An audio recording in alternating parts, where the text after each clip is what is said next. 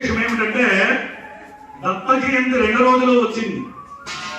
గుట్టేవారి పంచాంగంలో పౌర్ణిమ మధ్యాహ్నం వస్తే దత్త జయంతి ఆ రోజే రాసేశారు.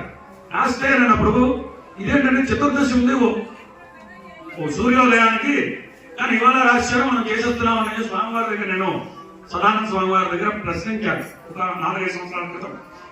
ఆయన ఏదైనా ప్రశ్నిస్తేనే సమాధానం వస్తుంది సరైనది. మరి ఆయన దత్త పురాణం చదివారు.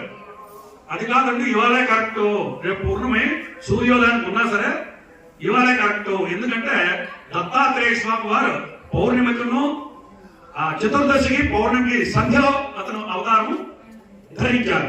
అది విశేషం అన్నమాట. కనుక పౌర్ణిమ ఇవాళ చతుర్దశి 4:30 వరకు ఉంది సాయంకాలం.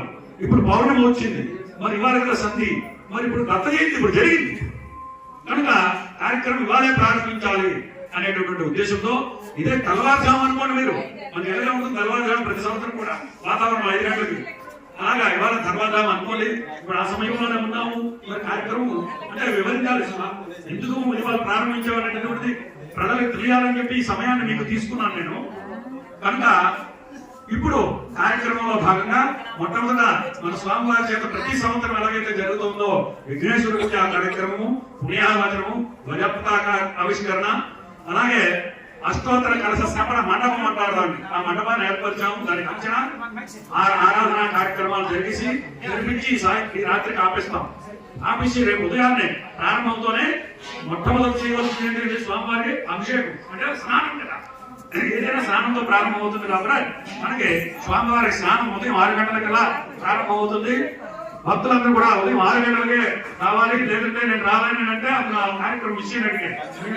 ఏమండి స్వామివారి ఇది అప్పలరాజు గారి మాటగా నేను చెప్తున్నాను.